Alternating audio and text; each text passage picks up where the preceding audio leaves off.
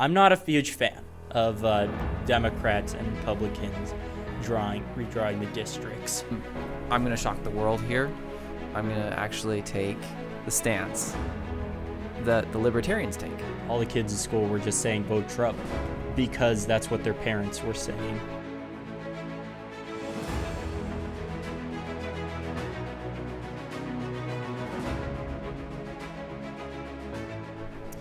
Welcome to the Young Patriots. I'm your host, Devin Romero. I'm with our co-host, Aiden.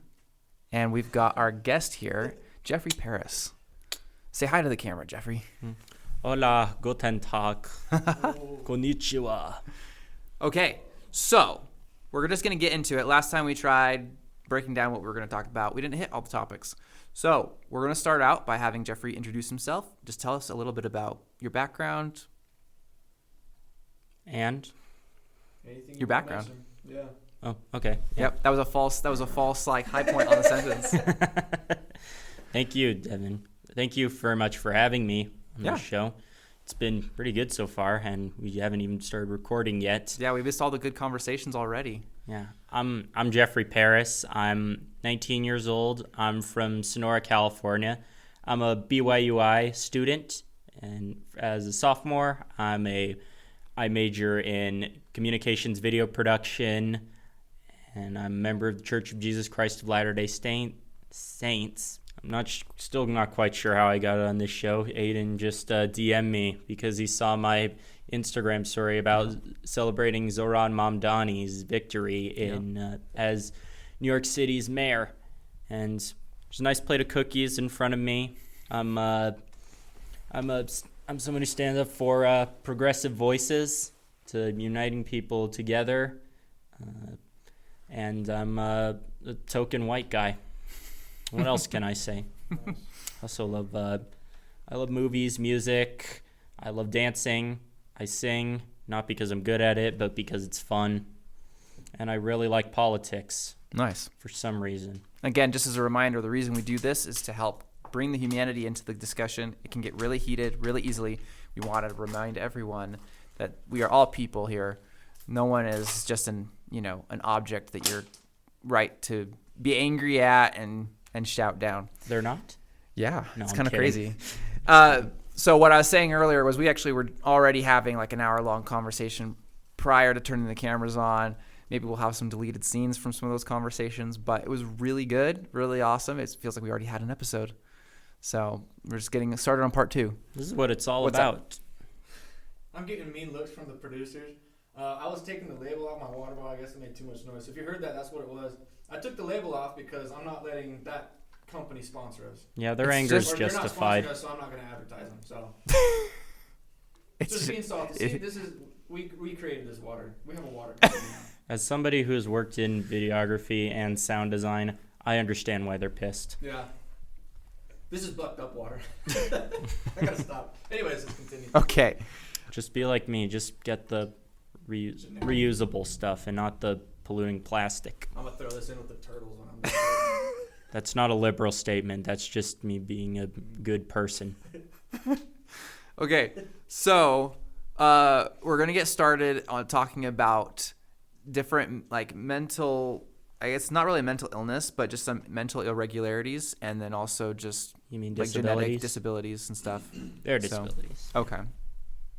So you were talking about how you have autism and Tourette's. Indeed, I do. And for those that don't know, I'm sure everyone knows. Can you just define that for people in the audience? Yeah, sure. So I was at the age of 2, I was diagnosed with autism spectrum disorder, which means life is hard. Harder than normal. Yeah, pretty much. Just functioned with trouble with learning and communications. In the first early years of my life, I had a aide with me who would, like a personal aide, a lady, teacher who would sit with me in different classes and, work with me after school to help me learn better, to do homework good, to make friends, communicate, and all that. Then after the second grade, I stopped all that, and then I've kind of felt good about it. I feel like mine is manageable. My parents knew how to handle my autism because they learned from my older sister who's also on the spectrum. Okay. And soon at the age of 9, I started making strange noises, which was this, like constantly. And I could hear it throughout all the house, and it was driving my mom nuts, like really crazy. She was pulling her hair out over it. So, and we couldn't figure out what it was. So we drove up north in California, and I was told that I have Tourette syndrome. Yeah. Or tics for short, which I know I haven't really had to explain tics as much as I used to when I was younger, because I feel like Tourette's has become very mainstream. But those who don't know, it's involuntary movements and noises. It's comes and goes, gets worse or better with the seasons, like during the summer or with Christmas. 'Cause when I was a kid, it was so bad during Christmas Eve. I'd just be so excited Christmas Eve, and I would just be shaking my head and shaking my body so violently that I could not get a moment's rest, and I would cry. So is it seasonal because of holidays, or is it because of the weather? It's because of the excitement and the anxiety, and it's been a little bad lately just with the stress of with school, with the weather, and social life. It's a difficult world out there. I'm trying to learn to manage it well. The best thing I've learned to do is to be open about my Tourette's, because every now and then I get weird looks from people, or people are uncomfortable when they see me shaking my legs or holding up the middle finger, which I'm trying not to do because I'm on camera. Mm-hmm. But I just got to be open, hey, I've got Tourette's. It's not in my control. Can't do anything about it. And most people are very understanding about it, which I'm very glad they are. Yeah, we live in a much more, I would say, inclusive and friendly society when it comes to mental illnesses, genetic defects, and disabilities of all other kinds. Because we understand that. We're already in a situation right now where people are finding all the amazing things that people used to think autistic kids were just slow or not developed fully, but there's amazing things that people with autism can do that people that don't have autism can't. Yeah, well, I'm definitely no Rain Man. That's for sure. I'm not familiar with that term, actually. Rain Man? It's a movie with Tom Cruise, Dustin Hoffman. Dustin Hoffman plays this guy who's a grown adult who's autistic and has amazing skills. It can just memorize whole books, count cards for poker. Yes, do all that savant level. Stuff. I can't do any of that. I feel like you get closer to that the less high functioning you are. And you seem pretty high functioning. Yeah, I'm definitely high functioning. Yeah. So it seems like a trade-off. It's almost like you get to trade in mobility, I would say, and being able to speak for these other intellectual gifts, which I don't think should be discounted, which is really sad to see that that's been the case in the past. But we're living in a time where I think people are more open to accepting people with disabilities. They have different gifts, but they've got a seat at the table still, or they need to be given one. Mm-hmm. So, yeah, but do you consider it a disability? Is that wrong for me to call it that? No, it's definitely is. Okay. Because I'm not disabled or anything, but I do consider it something that weighs down on my life. How have you seen that? Well, I seen it at a young age when I was just starting out fourth grade. I didn't know that I was being made fun of for my disability because really openly in front of you. Yeah, because I had trouble with classes. I needed extra help from teachers, and sometimes I would say stupid things, just randomly stupid crap, and I still do. Just I'm more self-aware. Yeah. And whatnot, and I was all the time, I was called retard and retarded by other students, and I was brushed it off when I was a kid because, literally everybody was in the fourth grade was calling each other retards. And yeah. Now, I don't know, the word is just, I don't know, I have mixed feelings about it, but I think we were talking about before with it's the word retarded. I don't care much for. I'm fine with saying it because it's like was in the past for medical history, and it really means Yeah. slow. It is a But now medically it's accurate just term. used as an insult Yeah. for somebody who's stupid. Yeah. That's what I always thought it meant when I was a kid. But it's the word retard that it just annoys me and gets under my skin, just because, again, that's like every other word that kids in the 4th grade were saying. Yep. Kids are messed up these days. Oh, yeah. And with my autism, it's throughout high school. I didn't consider it to affect me because I'm more high functioning, but it definitely came hard down on me when I graduated high school, because sorry, let me clear my throat. I've had a bad cough for a while. One thing I like though is that you're okay being open about it. I think that's like we all gotta own ourselves, who we are, who we truly are, not what gender we think we are. But I like that you're being open about it and that you're comfortable telling people and making that Well, disabilities is definitely separate from gender and sex. Right. I was making a side comment, but I just wanted to praise you because you understand yourself and you love yourself, even though some people might think that you're a little bit different. I think it's cool that you're being open about that. Yeah. Love is a hard word to say about myself. Well, I normally wouldn't. When I was in high school, I didn't consider it an issue. I considered that it's just part of my life. But I accepted that for a while. But it's been harder for me to accept it, because when I was just finishing up my last few weeks of high school, I was turning in my application to become a missionary, a proselyting missionary. Mm-hmm. That was what I wanted to do my whole life as a kid. That's what everyone was telling me. But as I was undergoing the process, there were people telling me maybe consider a service mission. Missions are really hard for people with autism. And I was like, yeah, of course, it's not meant to be easy. Nothing in life is, but it's really hard for autistic people. And I was like, no, I just want to be a missionary. I think this is what God wants me to do. But I learned it the hard way that it wasn't, because I remember I had a psychological evaluation over Zoom with a psychologist. Yeah. And I took a few tests, which he sent me links to. I filled it out. I told him that I had problems with anxiety and that I had autism. And then he dropped the bomb on me that we can't recommend you for a full-time mission.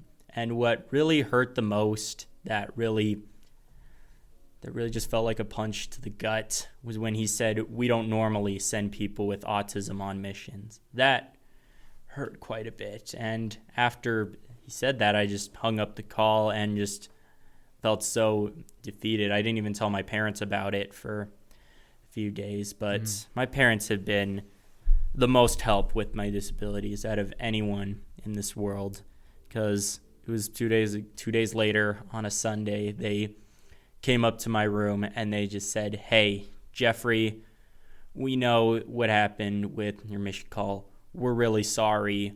We know that this is hard for you, but this isn't the end. And I was really, I thought it was, because this is what I was telling everybody when I was in high school.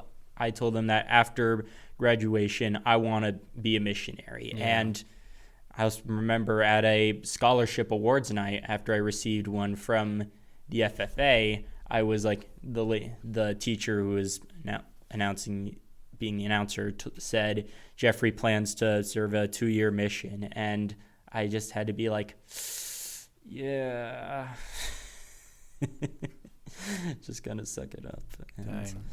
What do you think of that policy? What policy? The fact that they were saying they typically don't send people with autism out on missions. Do you think that's a fair policy? Do you think it's unreasonable? What's your stance on that, if you have one? There's obviously good intentions behind it. Not everyone is meant to become a missionary. But, in the church, that's what, we're taught to do, especially with us young boys. I remember being in primary class and singing that song, I hope they call me on a mission. Da, da, da, da. I mean, nothing against primary. Primary's cool.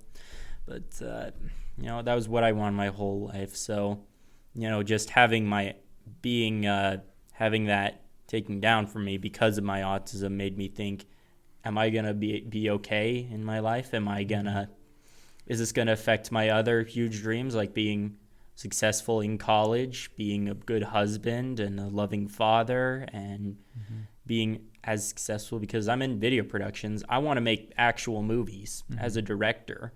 And could that, get in the way a bit? And there's a lot of uncertainties, but I've tried to, cope with it and learn to accept it. And I think therapy has definitely helped for me. Seeing a therapist has helped. One time I tried to go to a autism support group on campus, and because I was just going to be like, yeah, guys, autism sucks. It's just worse. How am I going to, let's talk about what we can do to overcome autism.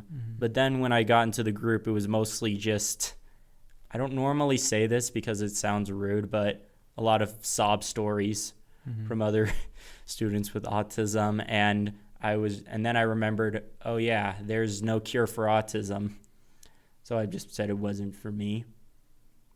And my parents, they helped me decide to go to college because I already got accepted into BYU Idaho, which getting accepted into this school is idiot proof, to be honest. And I knew it was right for me because it was, the expectations of academically are not so high. Like I think it's right for my level and my learning skills, and it's with the spirit and on campus, I always feel some kind of closeness to God, and I feel like I'm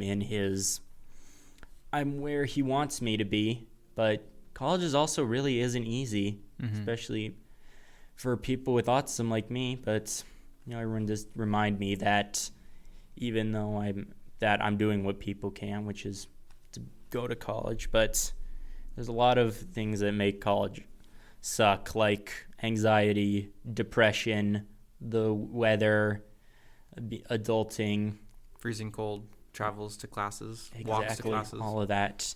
But yeah, but depression is just like the worst of it, because depression really makes you feel like you're worthless. And sometimes things can seem great, but then when something bad happens, like one time I found out that I didn't complete all of the requirements for a final project that was supposed to be a whole semester long for a communications class. It was interpersonal communications. I just freaked out and started crying. And then as I was walking to my teacher's office to go there, I was just thinking, the Spory building is 3 stories high. Probably could jump off of that right there. Oh my goodness.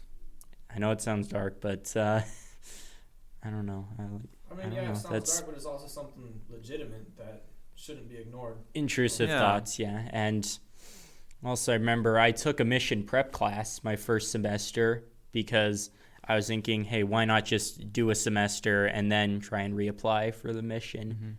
But then I started taking that class, and then suddenly I realized I don't know if I want to serve anymore or not. Yeah. And then while at the same time everyone in that class is opening their mission calls and everyone's cheering and clapping for them, and I started having suicidal thoughts, which scared me, and I pretty surely I just ran all the way to the student health center already. That's in tears. Good. And the school's been great. It helped me get into find therapy. I don't do it with the school anymore. I have a private therapist, but that's good. The school's very helpful with that, and I love how they've helped me with my mental health problems. And one of the psychiatrists on school campus helped me get my Lexapro, which I'm not ashamed to admit that I take antidepressants. Doesn't make me any less of a person or any less strong, because I was originally not for that, taking medicine, just because I don't know, medications and stuff is a subject I'm a little skeptical of, but my dad had to tell me, hey, people take medicine every day so they can function. So I did, and Did it help you? It definitely helped me, so I didn't have thoughts of hurting myself. That's good. And Yeah, suicide is a terrible, terrible thing, and it's something I don't think that people talk enough about. And so what happens is it just gets pushed to the side, and people start thinking and feeling this way, and they feel like they're alone. And next thing, before you know it, you lost a loved one, you lost a friend, you lost a family member. It's something we have to be. I have personal goals to make an influence and make a dent in the suicide issue. Ever since COVID, and I knew when we were shutting down the government and the economy and all this stuff, we didn't shut down the government, but you know what I mean. Like, we shut down our country, we shut down our production. Mm-hmm. I knew with everyone staying inside and work being on an all-time low and all these things, that we were going to have issues with people going through very bad depressive episodes that would lead to suicide. And sure enough, since 2020, spike in suicide. It's tragic. It's tragic. So I'm grateful that you didn't make that choice to harm yourself, but you made the choice, which is the stronger and the harder choice to make, to stay. And that's what I want to leave with everyone that's watching this. If you're struggling with suicidal thoughts, we'll make sure to put the suicide hotline in this video. Probably, I don't know if we can add a card in the top corner, but it'll at least be in the description down below. Please talk with people. Please talk with us if you have thoughts of suicide, and we'll do the best we can. But really, you need a professional. And just remember that when you think of ending your life, you don't really want to end your life. You just want the pain to stop. We want to end our pain, and there's right ways to do it. And I'm glad I found that way. And with back to the mission thing, someone that really helped me get through that class and not keep worrying about it anymore was the teacher. His name was Brother Maservi, Jeffrey Maservi. He was a fantastic teacher, and he took me aside, and I told him everything that I was feeling, and he said, hey, we know that not everyone who takes this class is going to serve a mission. The class is to help you be a more righteous member and a better disciple. And that helped me get through the class. That's and awesome. I was very happy when I finished it. And recently I've been putting more thought into becoming a service missionary, because it's hard for me to trust the mission system again. But I'm trying to remember why. But I'm remembering why I even wanted to do it in the first place. And that was because everyone who I'd ever known who's a missionary says this was the best decision I've ever made. And I wanted to do it like my dad did. My dad served all the way in frickin' Costa Rica. That's awesome. I love Costa Rica. Pura vida. Pura vida. Pura vida. Pura vida. I'm glad you know that as well. And I was also because I wanted to get out of the country. I wanted to travel someplace else, because once I was in high school, I thought anytime soon the next civil war in America is going to break out. So hopefully how about not. I hope not. So I'm hoping I can just fly and serve my mission, and then if things get so bad in America, I could just not go back. I can just go live in Africa and meet a older woman who wants to have my babies. That's a story from a classmate of mine. You heard it here, folks. That's a story from a classmate of mine. I didn't just make that up all on my own. Hey, that's fine. Always options and solutions to problems. That's all we're saying. That's it. So what we're going to move on to is, in the church, it's not uncommon for people to have some resentment towards people that disagree on the topic of gay marriage. So I'll just ask the question: should gay marriage be legally allowed in our country? Yes or no? Yes. No. What do you say? Well, hold on. Let me think about it. Well, you said I haven't thought no. about it. Yeah, because I'm thinking from a Christian standpoint, but at the same time, it's like it doesn't affect me. If anything, it just puts a worse light on Christianity. Not that Christianity's going to tank if we take one position or not, but should it be allowed? Is that the question in all 50 states? Yeah, should it be legal? Well, it already is. So, but do you think it should remain legal? Mm-hmm. I mean, if it is, like, why go back? I don't think that's a battle worth fighting. But if it wasn't legal, if it was illegal, I'd say keep it illegal. Man, I'm giving an answer like a. How come? How come you say if it's illegal, keep it illegal? Just wondering. For my Christian views, that's not within God's commandments, but we also have agency. Mm-hmm. So, my final answer. Sorry for rambling. I'm being a girl about this. Shout out girls, by the way. They're amazing. I really like them. He wants to find one and marry her. Yeah, good luck with that. Like I in said, this, there's always good luck in there's this always university. answers. My final answer: should it be legal?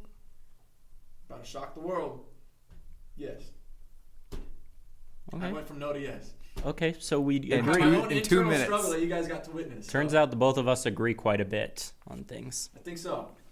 I think, honestly, hold on. 'Cause I think that two different sides agree a lot more than they think. Yes. That's what we're finding out right now. Definitely. Yeah.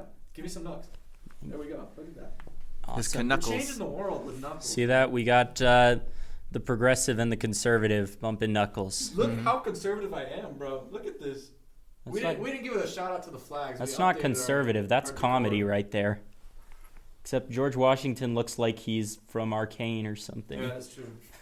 But It's also not invested in some decor. I love my flag. I like all the flags, but I like mine second best because that's the best one. Yeah. Yeah, this one's fine. This was their background they chose for me. Yeah. He didn't pick I it. like how he's saying I think- He's like, I do not The associate with flag's the American fine. flag. I'm an I am an American, but I didn't choose to be born here, and I'm I've just said teasing you. I've been called anti-American before. I'm gonna get it. No, I'm not gonna say that on there. Okay. Getting a little off topic. Yeah. though, So, about, so what is your rationale? What makes your opinion different than what was considered stereotypical or orthodox for our church? Well, quite a bit of it is a bit of what he said, is that it doesn't affect me. It doesn't hurt anybody, whether people want to make their own choice. I believe God gave us, he sent us here on earth and gave us bodies for our own free will and to make our own decisions, whether they're for the church or not. I personally, in my life, don't believe that being gay is wrong. And first of all, is because I don't give any kind of hoot what happens behind closed doors with consenting adults. What happens in the bedroom stays in the bedroom, kaput, no one's business. There's a bug, yeah. Screw off. And people, if someone wants to be happy with who they're with, who am I to intervene in someone's personal choice? And I have family who are in the LGBTQ community. My uncle, he's gay, and he's awesome. He's such a cool guy who travels all around the world for his work, and he's such a great guy. I always love seeing him around the holidays. And I have two cousins who are trans as well. I know transgenderism is a different topic, but one of them is female to male and one of them is male to female. And I love them regardless because they're family, and we talk to each other and we make each other laugh, and it's what's important to me. And I believe God says to love your neighbor. That's the most important. I believe that's the most important thing of all in following God's plan and being a Christian, because sometimes I find it hard to call myself a Christian just because of a lot of the hate that Christian churches and denominations have put out into the world. But they don't represent all. Yeah. They don't represent all of us, just like how one person who molest a child doesn't make them doesn't represent all of the LGBT community. Right. That's, I feel like has been, not as much anymore, but 2 years ago, that was very heavily pushed in the conservative media. And Also, if I remember, Jesus said, "If any of you be perfect, cast the first stone." Mm-hmm. So, yeah, that's great. I'm going to shock the world here. I'm going to actually take the stance that the libertarians take, which is that government should get the hell out of marriage. Boom! I Yes. like that. Sorry, I just spiked the audio. I had Yes, to say it agree. needed the extra emphasis. So, but that's the thing. Dang it, I don't like my response. Your response That's totally was something I would have said. your response was fine. It was respectful. I totally anticipated you to say no, and I know you were going to say yes. We talked about this before the interview and Yes, everything. we If did. you're taking the third stance like government, you can go. But yeah. see, this is the stance I've always had, and that's because what is marriage? Marriage, orthodox marriage is marriage between two man and a people. woman. Yeah, like when you really want to get down to it. I've taken a eternal family Yeah. class. The teacher was very persistent to say that a family is between man and woman, Right. and that the legalization of gay marriage rejects God's definition of marriage. Right. I can understand Which- that, but I also believe in difference between God's law and government law. Right, and that's where And we're getting at here. I believe that if you want true equality, I'm, huge believer in equality for everybody, like using the same terms. So, Well, do you- so real quick, I want to finish my thought. So, basically, what I'm saying is, I do believe that marriage is between a man and a woman because that's my Christian belief, and that is based under that. God created Adam and Eve, and He said that this is how the family is to look. Basically, and so that's. I know He didn't literally say that. That's what's happened. Is He says a man and a woman shall cling to each other and become one flesh. And I believe So that that's too. that's His ratification of, and we have other documents as Latter-day Saints that also agree with that reaffirm marriage is between a man and a woman. That being said, I'm going to say that marriage, from the worldly definition, is just the bonding of two people together. They're committing their lives together. But a really important part of marriage is a covenant between God. It's actually a three-party process. So, my wife and I, we have a covenant between each other to, always stand up for each other, to always, be united, to love each other, to serve each other, and to honor God in our marriage. In that marriage is also the Lord. The Lord has made a covenant with all of us, with my wife and I, to make sure that we have His power in our marriage if we're living the way He has set forth for us to live. So it's a three-way promise. Do you want to know who isn't involved in that process? Tell us. Uncle Sam. government. Uncle Sam is not anywhere to be found in that triangle. Okay? So what happens is at the top, you've got God, and He is directing you how to live a perfect life, how to perfect your marriage. And you have your spouse and yourself at either end of the bottom corner of the triangle.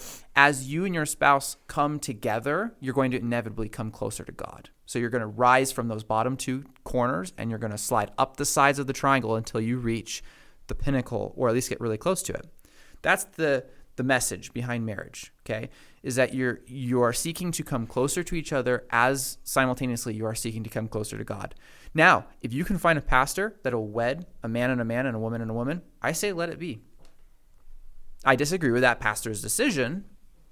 However, if you find a pastor, or I'm fine with, the state providing marriage certificates and stuff like that, in the sense of, my parents, when they were first married, they did a justice of the peace. So you go to a court and they had pronounced you married. It's a legal I'm fine with that. But the government should not be legislating marriage. It should be your decision. You should not need a marriage license. You should receive a marriage certificate. There's a difference. A license is I'm asking the government for permission. A certificate is you have received A, or you have completed B, or you have met the requirements for C. Is that how it works? Where Yes. I have to. Yep. I gotta ask the government permission to marry my Yep. wife. Yep. You have to pay a fee. How much? It depends.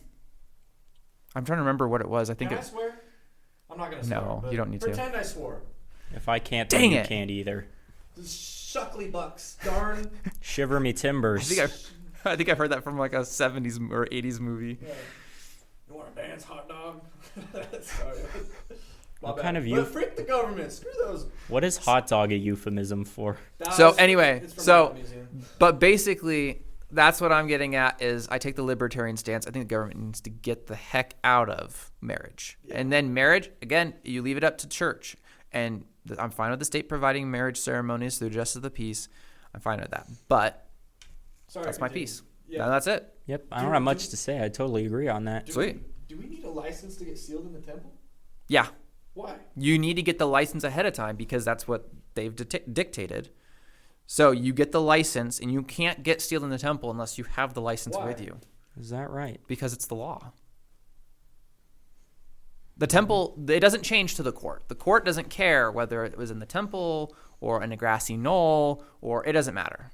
So I got to get a $70 legal license. Yeah, it varies. To get sealed for eternity. Mm-hmm.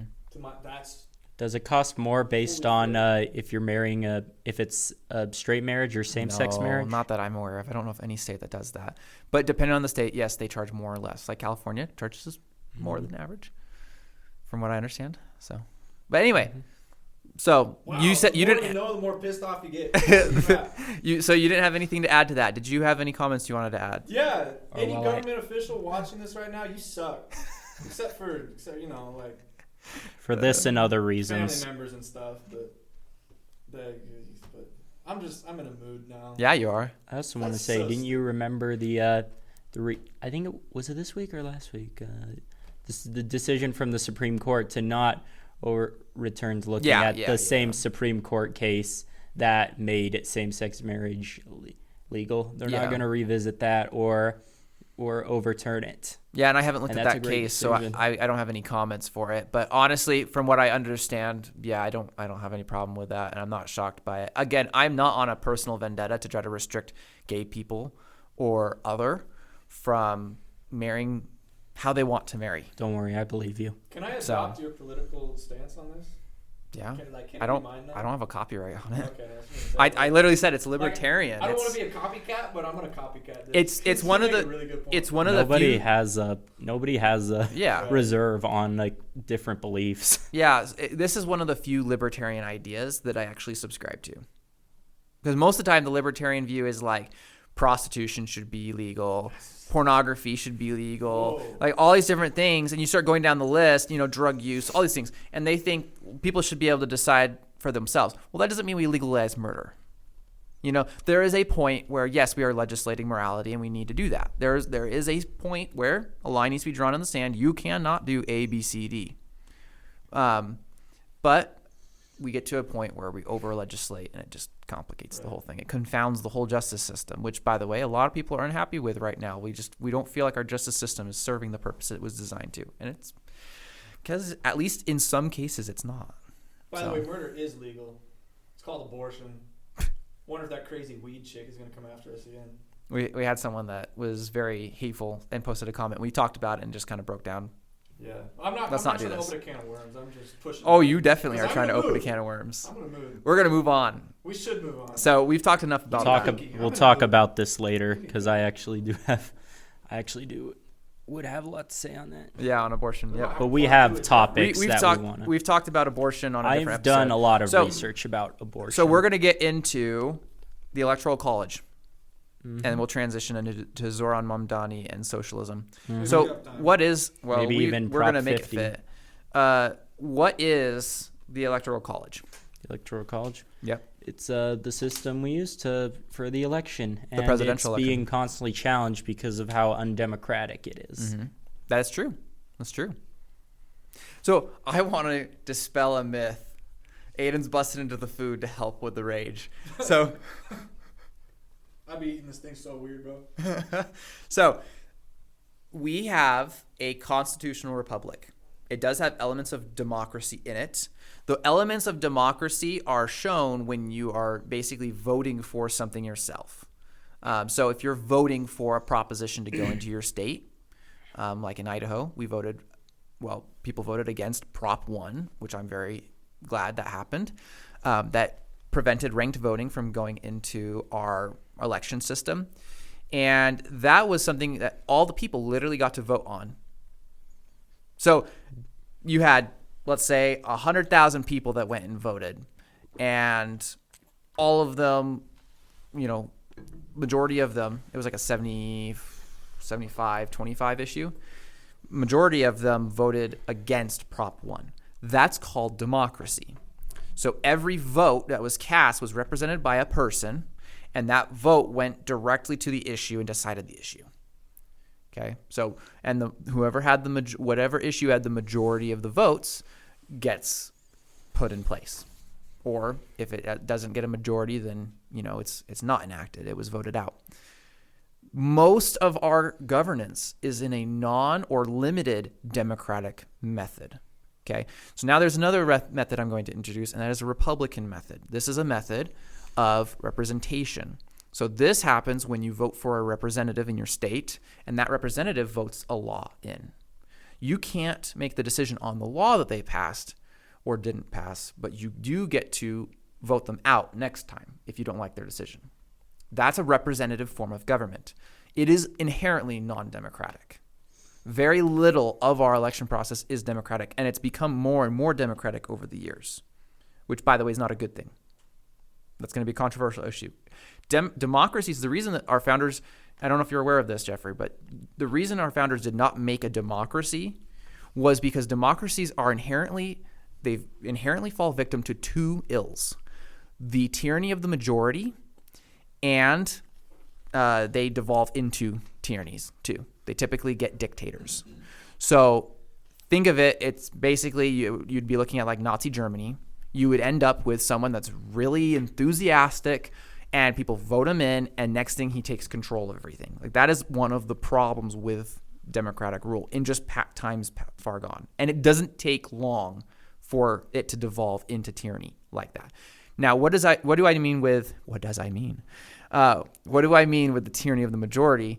That is where just because 51% of the people say, I want to have abortion banned, this is going to be a good way of dictating this or depicting this. 51% of people say, I want abortion banned. The tyranny of the majority says that the 49% of people just got overruled by 51%. And that is by default a tyranny. Democracy is inherently, problematic when it comes to tyranny like that. That's the reason why they didn't base the system off of the popular vote when it comes to the president, and a lot of other things too. But basically, they built the Electoral College to be based off of geographic regions, and each geographic region has a vote. And that's partly to balance out small states, because you don't want the big states just bullying themselves through and making it to where the little states don't get a say. That's part of the reason why little states get so much more representation per capita, which means per 100,000 people, than do larger states. And they complain about that. But again, think about how many delegates Texas and California get. They got like 40 each. If you flip California to one side or the other, if you flip it to the right would win an election every year. If you flip Texas left, which is, by the way, happening, screw you, Austin, then you're going to have the left winning every presidential election. That's the whole reason why the smaller states get so much representation. If you take away the Electoral College, what you do is you empower the most populous regions. So all it would be is candidates would go to LA, New York, they'd go to probably Houston and Austin and different places like that.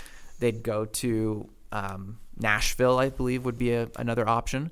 Just the most populous cities in our nation, and they would only campaign there. Screw all the little guys. You're saying if we didn't have the Electoral College? It's the sole reason that the founders installed that system. So when we talk about getting rid of the Electoral College, I just want that to be on the table so that way we can be aware of all these different facts. Because what people will say is, it's not democratic. True, that's not an ill of the system. It's one of the benefits of the system. And then the other things are, oh, look, Hillary Clinton would have gotten the popular vote, or she did get the popular vote. She would have been president in 2016 and not Trump. That's a buzzer beater. Stuff like that happens. Yeah, and so people get raged about the fact that, well, majority of people wanted this person. That's an evidence that the system is flawed. No, it's not. Because it's finding the balance between a democratic system and a representative system by geographic region. You still failed to convince. Well, I'm not I think trying we to can convince agree you. that it's undemocratic, but Yeah. you failed to convince me how having majority being to say is a bad thing, because I still don't understand why one elector in Wyoming, which would count for 100,000 people, whereas in California, one elector is worth 400,000 people. Yes. Why should that not be? Because that would, if it was equal, because I believe that, where people live the most, which has the most population, don't they deserve a bigger say? I mean, I'm not trying to rule out small states or anything, but also we get a lot of swing states, which, I think the idea of swing states is messed up by how. Why? Because a candidate can just only campaign in a few states and not care about the rest of the country, because literally nowhere else matters but swing state. You do realize, though, that the only reason why it's a swing state, they change every year. The reason why it's a swing state is because those are the states where people are neck and neck on who they're going to vote for. Yeah. So they do polling ahead of time, and they're like, oh, wow, it's within a couple of percentage points. That's the reason why those states are swing states. It's not something that the system builds. So Idaho would be a swing state if people in Idaho were more on the fence about issues, or it had an even populace of 50% Republican, 50% Democrat, and you've got room for independent in the middle there. Thank the heavens we're not. That's just inherent in the way people vote in certain regions. So the only thing that would change swing states from being a swing state or not is who's running, what issues were taking place during the election and prior, and probably who the incumbent was, which is the prior president or the current sitting president, and who moves there. If the demographics of a state change, you're going to have changes to a swing state. Right. So now there are states that frequently are swing states, but they change every year. Jeffrey, would you have preferred Hillary Clinton win over Trump? Oh, definitely. Yeah, I definitely would, but that doesn't mean I agree that Hillary is a good candidate for the Democratic Party. Most people or a don't good like representation of the left, because by no means she isn't. And that was the same problem with Kamala and Joe Biden being obviously, especially Kamala Harris. But you do admit that a lot of the criticism that's levied at them, and but even I do Obama, think it's messed up that I do think there's something wrong with Hillary Clinton winning the popular vote, but Trump taking the win. I don't see what. I don't see like. Would you say that's the same way? Would you say the same thing if Hillary would have won the Electoral College, but Trump would have won popular vote? Would you be saying the same thing? No, I wouldn't, because it would be both ways. You have to be fair at this. I think you're saying you would say the same thing. Yes, because I'm not a Republican or a Democrat. Just because I'm a leftist doesn't make me a Democrat. Right? But isn't it accurate if I say that part of the reason you're dissatisfied with Hillary Clinton, Joe Biden, Kamala Harris, and maybe even Obama, I don't think you have that feeling, but a lot of people are going to start having that feeling about Obama, it sounds like, and some have, that they didn't go far left enough. That's been the thing I hear a lot, at least from our age range. People that are on the left, that are our age range, I'm hearing them say, those guys didn't go far enough. They were cowards. They were too soft. Is that something you can agree with, or do you think that's Yeah, pretty much, especially with Kamala Harris. Okay. To be honest, I don't know enough about Hillary enough in her past or her work in the Obama administration, and I was only a kid when her campaign was going in, and all the kids at school were just saying vote Trump because that's what their parents were saying. But also, I want to go back to in the Electoral College, there's a thing as faithless electors where this isn't supposed to happen, but there are states and where electors can just, rather than voting for who they're supposed to from the college, and they just vote for whoever they wish to. It's happened over 80 times, and that's That's a huge problem with Yes. the Electoral College. It's identical to when you vote for a representative or a senator and they don't vote for a law you wanted. Mm-hmm. So what you are literally doing in the Electoral College is you are voting for a delegate. That's their 270 delegates. It is an actual person. How many people know that? It's an actual person. You just don't know their name. Obviously. Yeah. But you didn't vote for Trump when you voted in 2016 and when you voted in 2020 and 2024. You never voted for Trump. You voted for a delegate. And that delegate was in your region. That's why they map out all the regions. There's a delegate per region. So you voted for that delegate in that region. And what will happen is, popular vote, but that's where we do see popular vote is at the state level. So popular vote in that region was Trump. And if enough delegates in a state win, enough percentage in the state, then all the delegates go to that candidate. But you're right. They're still an individual, just like a representative or a senator. They could defect. Mm-hmm. It's not very common. But it has happened. But it has happened. And I'm not aware of any time where it's actually been pivotal to someone winning. But that is something that you do have to be aware of because that's how our system is set up. It is not a democratic system. So what we are arguing here is we want to make it a democratic system. But what is there set in place to prevent faithless electors from happening? They lose their jobs, and then we don't vote them in the next term. I honestly don't know. Yeah. Every delegate has one chance to screw up like that. They can swing their state the way that the state didn't vote. They can do that. They can get away with it, and then we're not going to vote for them, and they know that. So it's job security. What electoral colleges do is it makes it the most difficult to rig. Because it's not just about pumping votes into the system. Now you can do that, but we still you have have to rigging strategically in our do election it with gerrymandering. Which that's is true. What That's Prop true. 50 was all about. Which we would agree on that. I think it should just be squares and rectangles, and I don't think you should make it based off of, all these different demographic polling. Yeah. You should just have this community, and maybe there's stuff like, this community. This is a suburb, and so they're going to be in a region. This is in a different suburb. They're separated, isolated communities. The whole concept is then you're voting for something that's impacting your community. No. Whereas if your neighbor over here isn't impacted by what happens over here, someone lives in the nice part of town, but someone lives in the crummy part of town, and you're voting for legislation that screws over the little guy, there's a problem there. So you want your community, it's just like a jury of your peers. You want your community to reflect your background in your community. You know what's interesting? Sorry, you first. I do agree with you, Jeffrey, that there is rigging within presidential elections, like 2020. Which brings That me one was to, rigged. but That was the second election that Trump won. Trump just won his third in 2020. You do realize, though, that with all the gerrymandering that does happen, it kind of just equalizes at that point. It kind of just equalizes because everyone's gerrymandering. Both sides gerrymander.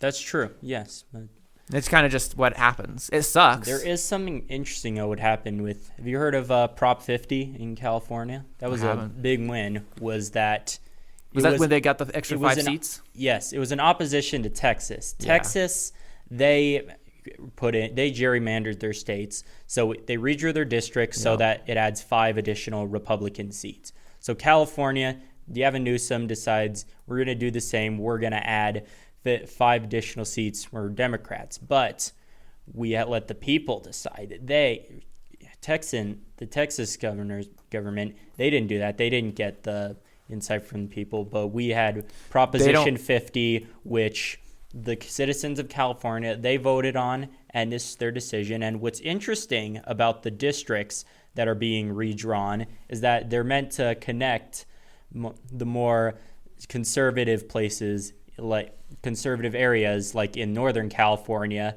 with the more left-leaning liberal Bay Area. Well, you do have to remember that Texas doesn't have that law. California has the law. They have to go through the process. They have to vote for it. If we actually but Texas doesn't have that requirement, and that's why they did it. You also have you looked at both maps? I've seen I'm from California. I've seen California's map. They do gerrymander over there. Yeah, everyone knows it. The worst one I've seen was Illinois. That one, there's literally a part where it stretches across the state, and it cuts down. It's the weirdest thing I've ever seen. But again, the difference between California is that it was their choice. The proposed redrawing of the map was there. And I'll be honest, I'm not a huge fan of I'm not a huge fan of Democrats and Republicans redrawing the districts because, I mean, obviously that's rigging. It should be done by an independent group and party. There's no But way you can get an independent group, though. There's always going to be bias. Well, then That's the tough thing. I agree with you. I agree with the sentiment. I don't think this is a realistic application. Well, just because it's realistic doesn't mean that it can't happen. There's no possibility of that happening. And this was also voted by Californians to redraw the districts and combine and make it and have more fair representation and different voices in different districts. California would vote to redraw that. Because if you look at Texas and California are not exactly so distinctly red and blue. They're very much purple states. Pretty much most of America is. Okay, we're going to show an image of Texas's map. Take a look at that real quick. Does that look like a gerrymandered state to you? This is the recent one? This is the recently voted on Texas map. Can I tell you? Quite 90% of the districts are perfect squares. There are quite a few, yeah, but some of Now, these also are not. So, and then I'm going to pull up California. But it's very clear looking at the current districts and the proposed districts, they're clearly trying to include more diversity and not just separate. What do you mean? Wait, what do you mean? Texas or California? California, both maps, the current and the proposed one. Here, check that out. That's the current district. That's proposed. Definitely combining the coast with the north. Devin, here, how you like them apples? Okay, so what you notice in this map is they actually consolidate a lot of the conservative regions of the map. Are you talking about the proposed one or the current one? The proposed. So current, what you'll see is on the proposed, you have the green region on the top corner, on the top part of California, Northern California. Green goes south and over towards the coastline. Why do you think it does that? Because blue is the blue voters reside on the coast. Can you show it to me and then right point here. it out? So you've got green up on the top, and it cuts down on the left-hand side, down the coast. That's to compensate for the red voters in Northern California. Northern California has always been notorious for being more Republican, more right-leaning. They have always talked about the state of Jefferson, which they would hope to basically cut off the northern part of California from Southern California and form a separate state. I'm well aware of But that. the audience members might not. State of Jefferson is huge in my county. Even though I'm from California, I grew up in a very red Trump-loving town. I've seen very few Trump flags in this town than I did, but I've seen 10 times more in my hometown. Everyone just really likes Trump there. So what you're seeing is they've reduced the amount of the conservative representation, which is on mostly the eastern and northern fronts of California. That's where the biggest regions are. Now, that brown region is also a lot more rural. So that's part of the reason that they're doing that. But what they're doing is they're increasing representation in the liberal areas, and that's why you see all the little tiny areas on the left side of California, on the west side of California, near the coastline. That's what they're doing here. I'm not unfamiliar to these games that they're playing here. So that's the reason why you're seeing look at those really tiny districts down there near, is that LA? Mm-hmm. That might be south enough towards San Diego actually, but I think that is LA. Of course it's smaller because it's more densely populated. Yeah. But look at what the proposed was. Mm-hmm. The difference between those two right there. Yeah, I'm looking You're talking. It's not even close. Not even close. We'll show those two maps. We'll let the audience decide. You guys can vote. We'll have left and right on the audience. You guys can put your vote in on what you think is the most fair map. Yeah, no, that's the first thing I noticed. What I wanted to know was the populations of the north versus that little strip of coast that they're. Yeah. That's 100%. They're just trying to silence the red voters in the north. It wasn't there on the current map, which current is, I don't know if they've implemented this yet when this goes into effect. They did pass this, though. So out of this, They're getting 5 more. By the way, California is not even as bad as Illinois. I still don't see Illinois. how combining like the coast and the north is silencing conservative It voters. is. Could you explain, please? What it's doing is it's roping in people from a community that is conservative. And instead of being true to the geographic area, again, all we have to do is pull up the Texas map again. We'll pull it up right here. You've got majority of these areas are fair squares or rectangles, and they're consistent in shape and they go across the state.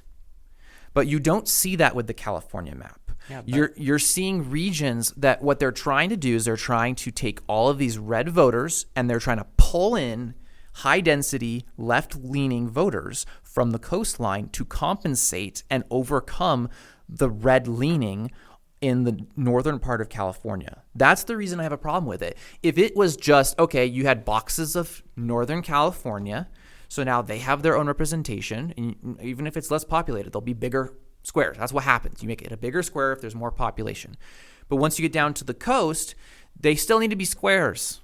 They still need to be even, consistent shapes. You don't see that, though. And you can look at the proposed California map compared to what it used to be, and you're going to see that they like to slither their way around and get to the areas that will overwhelm the vote that they don't want to have. That's what's going on.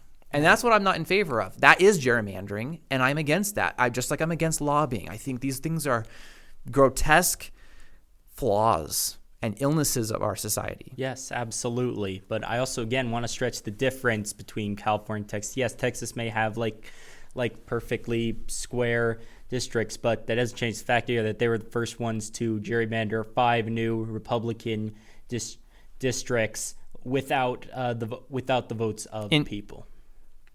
Again, this was something they proposed on their own. Prop 50 was so Californian citizens could decide. The reason people have had an issue with the Texas one is that they did it before a census. Typically, they redistrict when you get new information about where is the populace is living.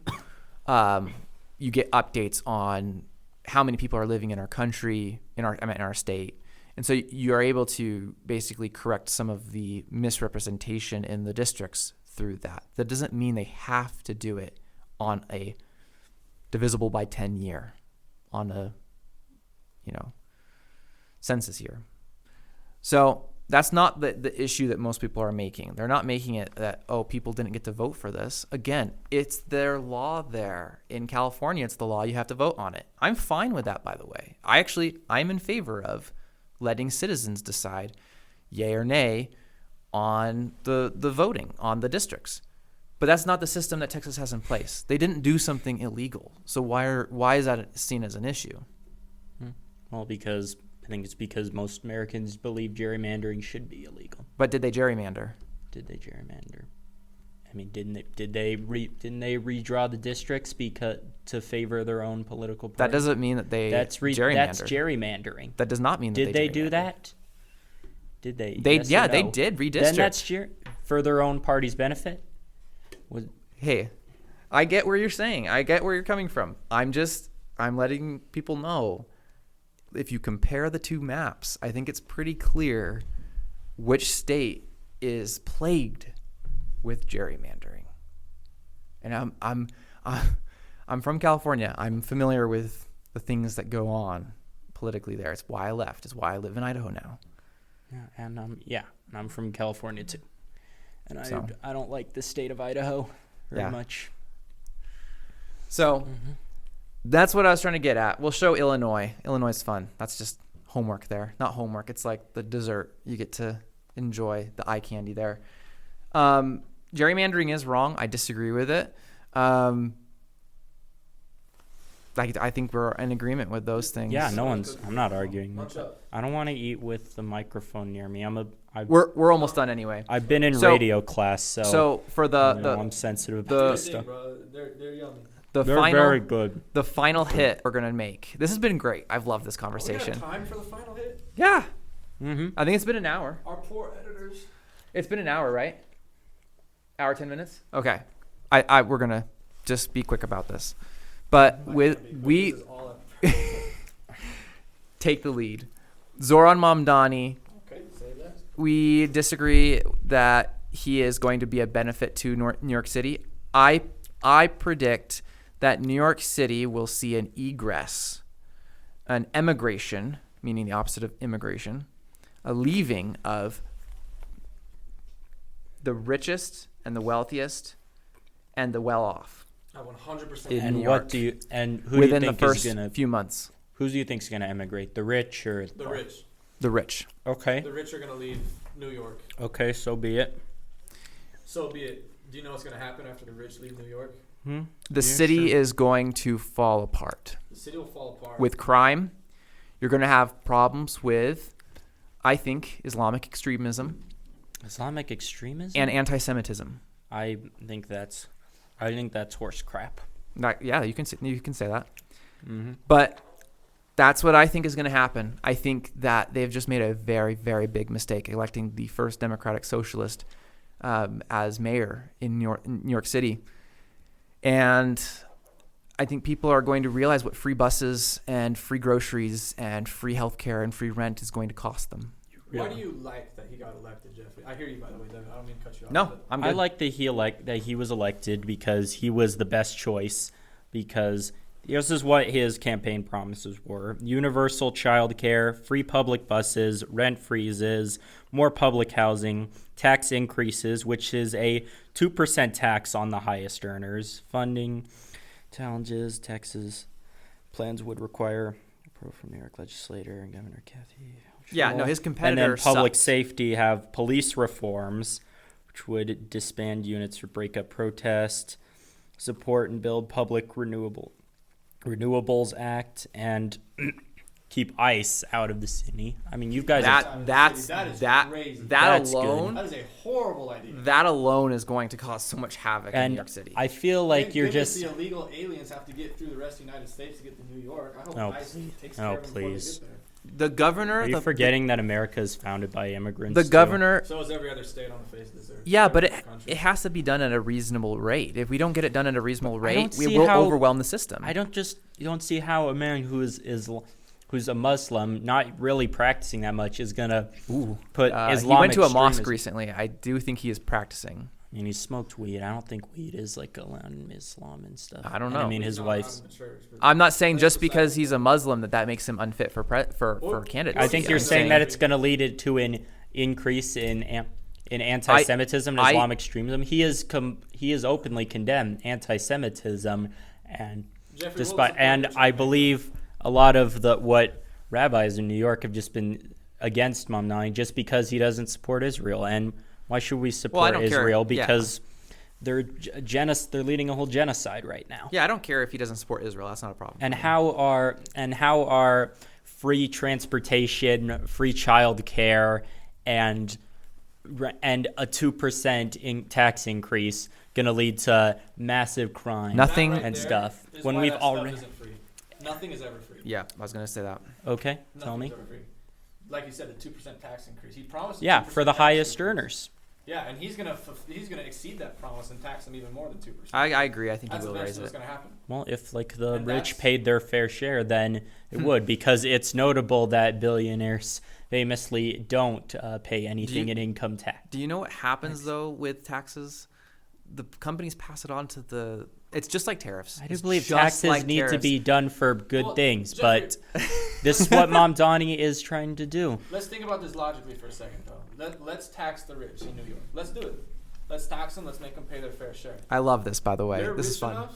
They're gonna What's leave. fun? Tell me. Just having this conversation. I don't want anyone to think we're being, ill-willed no, about of this. course, We're having absolutely. a fun time. This is a conversation. Yeah. I've had so many conversations in high school. We've been Sorry. at each other's throats. I just wanted to interject and say that. Aiden, go ahead. Let's Aiden, tax you're the all good. rich. You're awesome, man. Thanks, bro. Continue. Sorry. Let's tax the rich. I don't wear hats like that. I was trying to be sassy. Let's tax the rich. Let's tax the rich. Mm-hmm.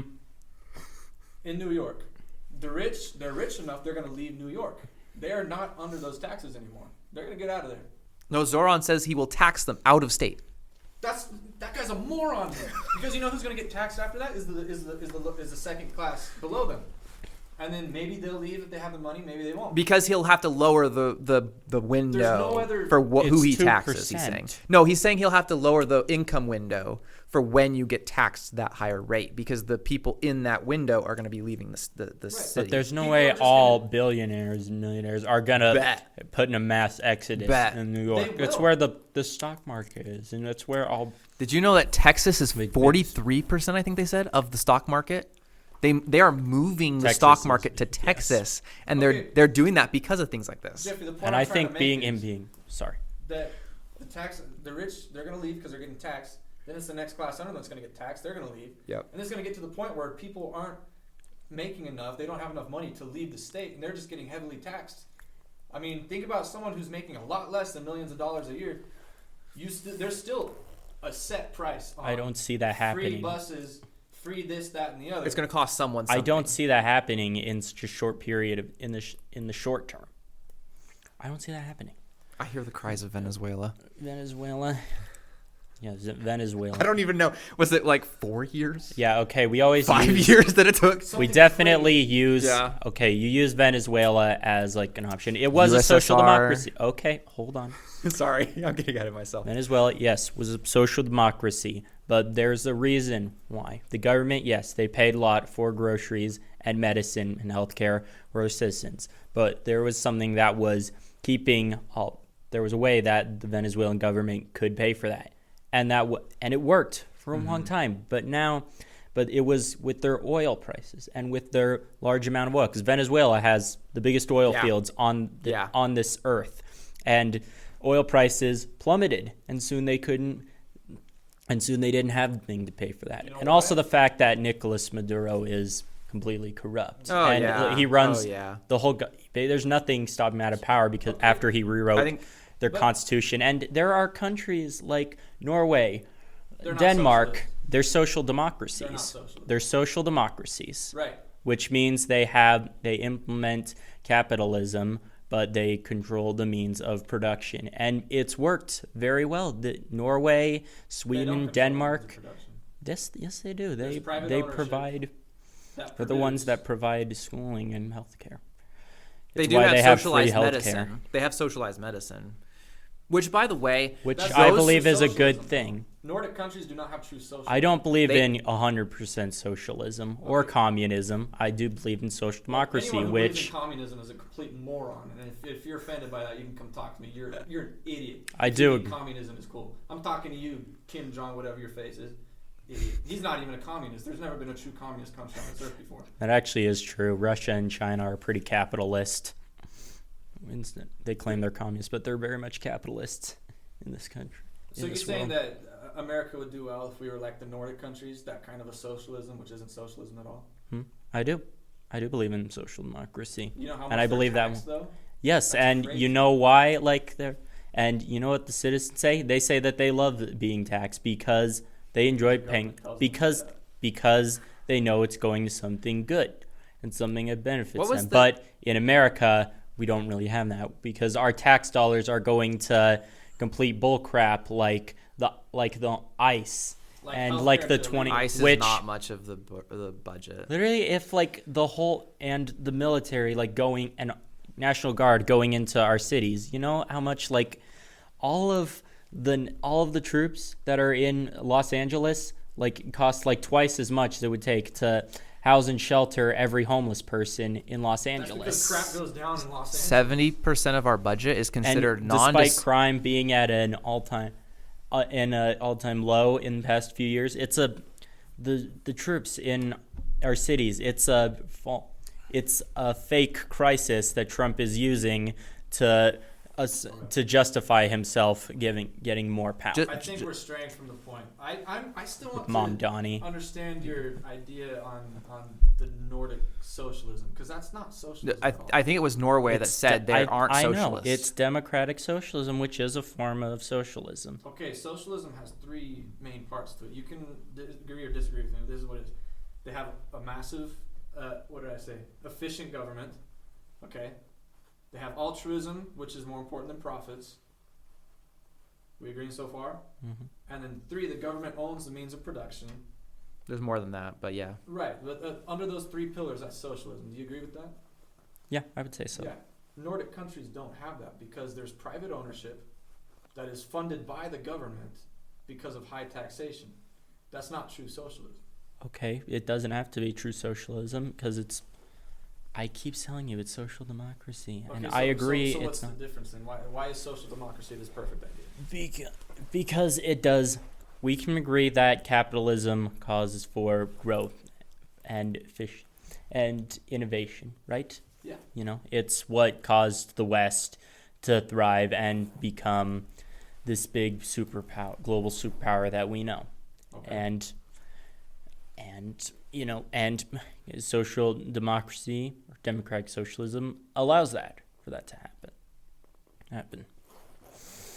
Okay, what about the high taxes? That's still. I already told you about the high taxes, that it's because they know their taxes are going to something good, because they want to support their government and their country. The people in there, they love their country. That's why they pay taxes and are willing to have it higher, and because they're going to do something to make it'll go something that'll make their lives better. I've said that a few times, but I don't think that's like resonating with you. Do you think, I hear what you're saying, I think I get it more now. Do you think that our government is capable of spending our taxes as efficiently as Norway supposedly is?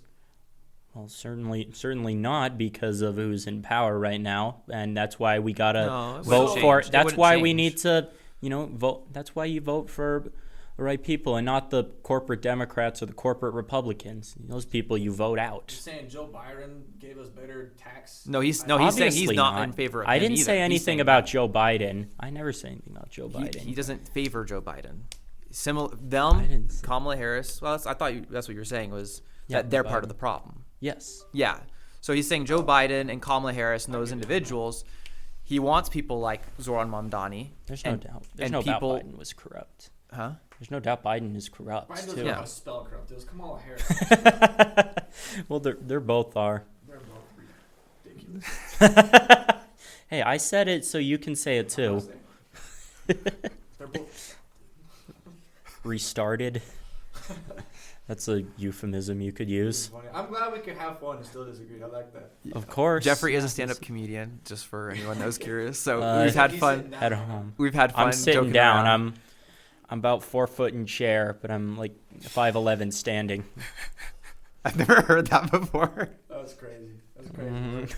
Yeah, but I also wanted to go back because originally we were talking about Zohran Mamdani winning, but did either of you actually want Andrew Cuomo in office? Because Andrew Cuomo, the last name Cuomo is a moron. And if you get offended by that, then you're an idiot, and you can come talk. Oh, they're probably no, a Cuomo. I agree with you. They're probably a Cuomo if they're offended by that, because literally, what about Mario Cuomo though? He was that. Cuomo, he's an idiot. He was that disliked by people, and for that good I think reason, a lot too. of people would not be offended at you saying that. Words. So he literally is responsible for thousands of elderly people dying during COVID. That's exactly it's what insane. it is. So what he did was during nuts, COVID. No, we agree. Murder is wrong. Murder is wrong. So he literally took all these elderly people, and I can't remember if there were elderly people that were sick with COVID, or if there were just other people that were younger that were sick with COVID. And he moved all these elderly people to the same facility. Or the same handful of facilities. And what do you bet? Big shock. A lot of them died. And him and his staff personally went into the data and manipulated it to lower deaths. I didn't know about that. And they found out about that right after he published a whole book bragging about how great he handled the pandemic. Andrew Cuomo sucks. We shake on it. And not to mention that's going to be my next flag. Because the dude's a huge pervert. 11 women who worked with him accused him of sexual harassment. Accused him of pervert. sexual assault. Oh, I thought he was like having 11 wives or something. No. That's 11. Yeah, which he resigned for as governor of New York. And how does that mean? You resign in disgrace as the governor of New York, and then you have the balls to run as mayor of the most important city in America. Oh yeah, absolutely. So that's one. And but there was a third at the same candidate. time There was a third taking in candidate. while at the same time taking in huge $1 million donations from super PACs. Like all the politicians do that. That doesn't mean anything. Not these all days. of them, actually. There is. Have you Enough ever of seen? them There's to a where good it's the majority. Yes, there is a good Instagram account called "Stalking the Capitol." It's where this one guy. Oh, really? He uses publicly available data to see if your congressman or senator is a piece of crap by looking into how much they make in donations from small donors, super PACs, regular PACs, how much stock they hold, and whatnot. And there's quite a lot from Democrats and Republicans that are total pieces of crap that are not financially have little financial integrity. But Mamdani he's so much more credible. Like he got about money. 90% of his, about 1% of the funding that he raised from his campaign was from super PACs, where about 90% of it came from small individual donations, and even took. I'm trying to remember what it called, like CARE. Where are you talking about that? No, it was where you're given like a limited amount of money, about $80,000 for your campaign from the state. So which both him and Cuomo reached their limit for, and but he received money Cuomo, from CARE though, just so you know. And about which 22, there's like the community. I think it's the community of Arabic and American Islamic relations. I think that is. But you can look it up. CARE donated to Zohran Mamdani. So there's interest groups for all these people. I mean, yeah, maybe it's not a super PAC, but these people all have their people behind them. They're lobbyists. Here's my speculation on the whole, whatever his Mamdani face is. Two things are going to happen. One of two things are going to happen. He's either going to reform the economy with his socialist mindset and then get checked by the government, maybe find some happy medium that works in the short term for New York, sure. Or he's going to completely tank New York with his socialist ideas, and that place is going to go to crap. Personally, I hope that's what happens. I hope that New York goes to absolute crap. Wow, wishing bad luck on people. That's I am 100% that's tough, bro. wishing bad luck on New York. It will and negatively it's not going to be bad luck. It's going to be a bad mayor who's a moron. It will negatively affect the rest of the country. Well, let's see where it goes. I think that if he does well, then he's now on the ladder to become president of the United States. And it would happen. It would happen, and then we would vote a freaking socialist into office. And that would be the worst thing that we could do to America. I think that just like I think you're thinking the fact that just socialism already equals bad. Socialism, when I've told you that it doesn't. I mean, I've explained how it doesn't. And we could get into that if you want. Can I interject something really important here? So everyone talks about socialism. The fact our capitalist system is already treating us unfairly, and I mean, the system in America is already so bad. You can just look out your window and see what capitalism is doing. The worst part about the worst part about capitalism in our country is the crony capitalism, which is government and corporations working together to get what works best for both of them, not what works best for the people. I think that alliance needs to be. That's the true monopoly, and it needs to be busted. That's what Mamdani was supposedly trying to fight against. Was that whole relationship there? But what you got to say? So real quick, and then we're probably gonna have to power down. Going from the author of communism. He did amalgamate the Karl Marx. Karl Marx. He did amalgamate the concept from a lot of other people from France and England, but he coined the term communism from what I understand. He said socialism, and I'm not reading this, I'm just paraphrasing. He said, I've read the Communist Manifesto, that socialism is merely a transitory state on its way to communism. Yeah. It's very similar. The only difference between the two is basically how committed you are to the communist principles, okay? That's coming from the author of communism. Now, maybe some socialists wanted to argue with that, but I feel like that's pretty... I feel like the conversation kind of just stops there. So here's the 10 planks or pillars of communism. Abolition of property in land and application of all rents of land to public purposes. So no private property. A heavy progressive or graduated income tax. We can check that one off for America. 3 is abolition of all rights of inheritance. Death tax. we have that. I mean, there's limitations on it. It's not quite fully to that point, but that's the third plank. So you prevent people from having private property through number 3. You just confiscate wealth when someone dies. There's no inheritance. 4, confiscation of the property of all immigrants and rebels. 5, centralization of credit in the hands of the state by means, which, by the way, that doesn't make sense because communism is supposedly a stateless society. But what we have seen is even in socialist societies where they say, yeah, we want to aim for a stateless solution, it doesn't happen on its own accord. The state has to enforce it. The people don't just, yes, I want socialism, Yes, I want to have what this is vying for. The state always has to enforce it. So then we also see, so by means of a national bank with state capital and an exclusive monopoly. So, they control all of the financing. There's no gold, there's no silver, there's one currency. Centralization of the means of communication and transport in the hands of the state. Why is that important? So you can control the narrative. Why could you not have people, proliferate communication outside of the controlled media? Every nation that's ever gone wrong silences the opposition voices and only lets one voice exist. Extension of factories and instruments of production owned by the state, the bringing into cultivation of wastelands, and the improvement of the soil generally in accordance with a common plan. Equal liability of all to work, establishment of industrial armies, especially for agriculture. Combination of agriculture with manufacturing industries, gradual abolition of the distinction between town and country by a more equitable distribution of the populace over the country. So basically, it's just communities interdispersed throughout. So you're not going to have Californians and Idahoans. You're just going to have community 1, 2, 3, 4, 5, 6. It's just going to be. That's utopian. So that looks similar to the 15-minute city concept. Free education for all children in public schools, abolition of children's factory labor in its present form, combination of education with industrial production. So I agree with eliminating child labor, but overall, you're talking a complete shift from what we currently have as a system. Read the first pillar again. Oh, by the way, one of the things, and I think it was one of these pillars, but it didn't explain it correctly.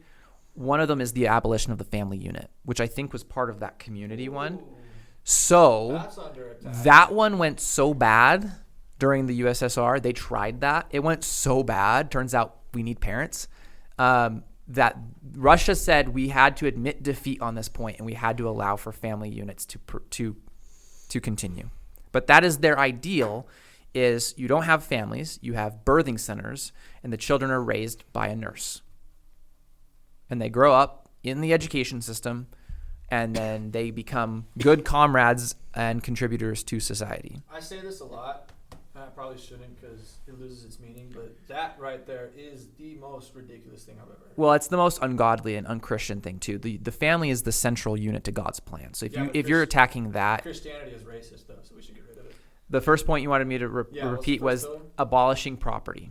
Okay, we did that in the United States when the very first settlers, Thanksgiving time, Mayflower, all they that tried stuff. socialism.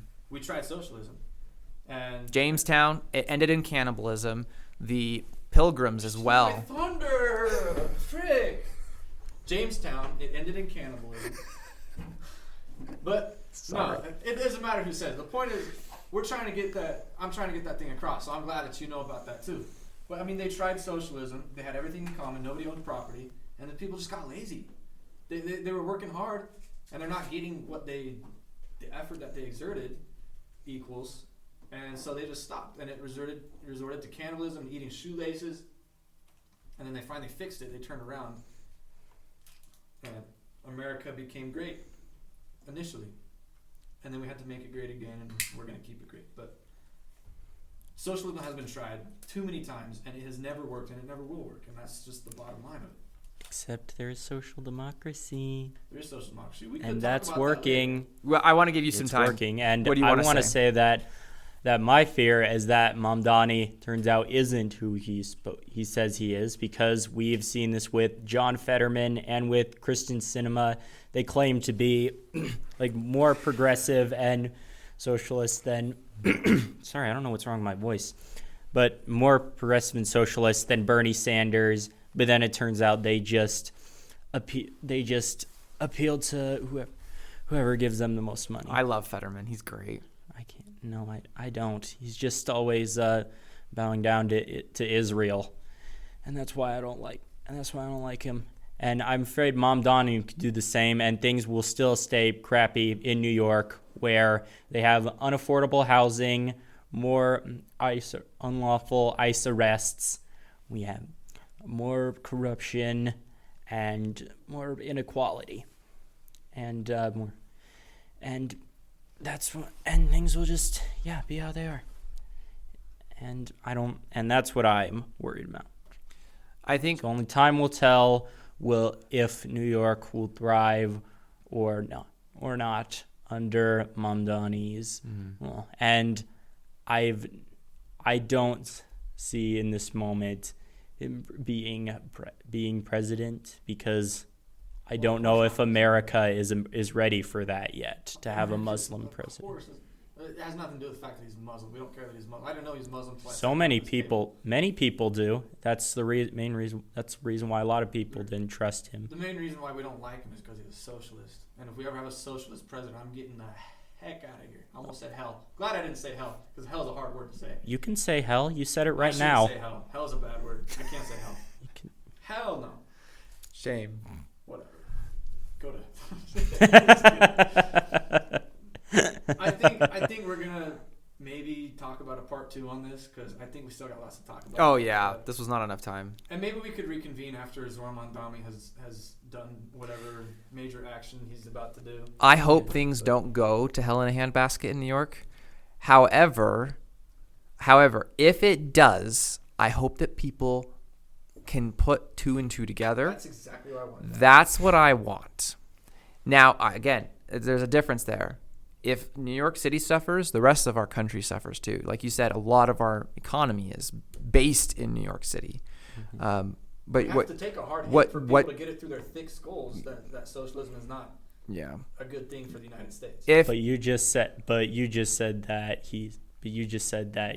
But we agree you said he's a democratic socialist, and you don't think that's real socialism. So how is that socialism? Democratic That's destroying socialism, America. Socialism is the same relationship as socialism is to communism. It's just baby steps. Yeah, I agree. I don't trust the label democratic socialist rings to me. I don't want to admit who I really am. Do you realize that all of the news sources, left-leaning news sources, said, well, it looks like the mask has come off with Zohran Mamdani. We'll see what that actually means, but they have recognized that something has happened, and I don't know. You'd have to talk to them and see what they mean by that. But they have said the mask has come off. And I have never seen that happen before. Like, think of Fox News talking about Donald Trump and saying the mask has come off. I've never seen that before. Yeah, that's kind of crazy. So again, I don't know what they mean. I will be interested to see what they come out about in the future. Type of people are starting to kind of question that, which is good. I hope they question. That's honest. And shut him down before he completely throws New York in the toilet. But, I mean, we'll see. We're going to have to reconvene, because I like talking about this. I like talking with you, Jeffrey, because you bring ideas to the table that we can actually address. Yeah. Mm-hmm. I liked that it was substantive. Yeah. It was really rare cool. We see like a candidate that actually seems like a man of the people. You know what I mean? Because Mamdani was always out there like campaigning on the streets, meeting with people, and with people of all communities in New York. He's very respectful. He's the new face he's like the new Obama.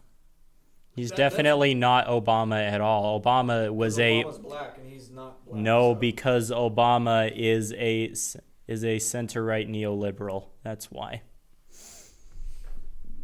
I keep hearing this. That's actually concerning to me. What? I keep hearing that liberals are actually right of center.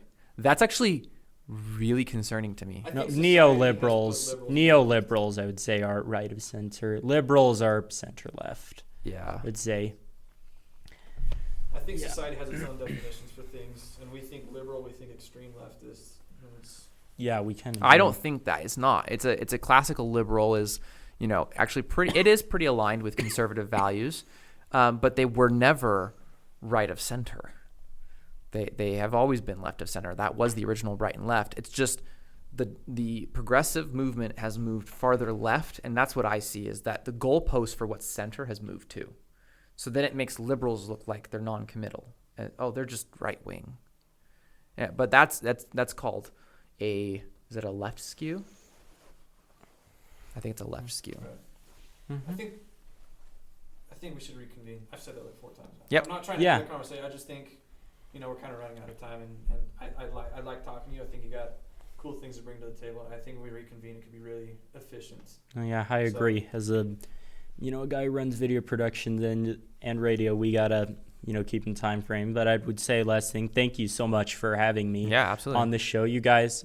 I'm very glad you guys reached out to me, despite just being a regular. I'm just a normal guy. I don't think my views are unique or anything. A lot of them share them, and I'm glad this is a new experience because growing up in Sonora, California, I've been surrounded by conservatives and even the far right extremists who would call me radical and send me strange messages on Facebook. But it's Don't do that to you. yeah, but I actually doing this on camera in front of people is neat, and because I'm a little self-conscious. I think all of us kind of for sure. are. But you're very well spoken. Yeah. I mean, you know what you believe and you present it very well, which I actually really, really like. So It's taken years of practice to there you get go. there. It's worth it. Doesn't always come naturally because of my disabilities. Right. Well, I and just want stuff. to just thank you for coming on the show, but also thank you for participating in the duel. It can be intimidating since we're both conservatives. I try my best to be moderate, as you can see today. These issues, they just. We should flip for one episode where I'm the moderate one. I'm just gonna say off the wall crazy stuff. That's a good challenge. I might. That would be a good challenge. I might. I like how he knows already. I might need like that cleansing. Just like get all of the comments out there. Maybe we should do an episode just you and me. Where we just Maybe. unleash. We appreciate it because it is an intimidating thing, and we don't want people to be intimidated. We want this to be an open discussion, and you demonstrated that perfectly. So we thank you for your participation. Yeah. And I want to say to other people because, if you're a little shy to tell your political views, just, be yourself. Just don't be afraid to voice your opinion. And you shouldn't care what other people think of you because, why would you? Yeah, other people's opinion of you is not that valuable at the end of the day. Yeah, I remember. There's a quote from Dr. Dre because I love hip hop so much. He said, "It's crazy to Now we agree. It's crazy to see people be what society wants them to be, but not me." Yeah. To me, that just speaks to me right I here. like that. Dr. Dre, shout out. How have you felt being on the show? Like with 2 conservatives, I'm kind of a butthead sometimes. Like how have you felt in filming? I've rolled my eyes from some of the things That's you said. allowed. That's allowed. Which is fine, but but do you feel good about it? Do you feel? Yeah, how do you feel? I guess I feel like when I coming out, I thought I was gonna tell more jokes, but no, I was just A little more trying to be serious. Do you feel like your voice It's was like, heard? of course. I'm on your show. Of Okay. course, I'm like. That's I'm good. being heard. Good. I'm not just gonna come on here to complain. That's Yeah. what we try and Even help. though is that what we've been doing? We've just been complaining for an hour. No, I don't think Mics. so. Not entirely. There's been a moment or two. I try not to do that. I try not to use such harsh words. No, I don't think that was the case. But I'm also. We just wanted to make sure. But I also, believe in that nothing is off limits when it comes to comedy. You could say pretty much anything you I want. love that. I agree too. No, there's some things I won't say, but there are some pretty funny dark jokes out there. There's some things that I'm not yet ready to say on camera. Yeah. So we're going to end right there, guys. Thanks for watching. We had a great time. If you couldn't tell, this was very civil, even though it got pretty heated. And the thing is, that's what happens. Learning to be able to shake hands at the end, to be able to just say, hey, we still care about you. We're still brothers in Christ. And even if, our guest wasn't, We're still brothers Am I in not a brother humanity. in Christ? We're saying, like, No, in the future, like, if other people. presented with, Even if you hadn't been, if you were Muslim or another faith, we would still No, consider you you're brother a of in Christ, don't humanity. worry, bro. I'm Yeah, a member here. you Don't go. forget that. Anyway, have a great night, everyone. Thanks for tuning in. Amen. Ugh.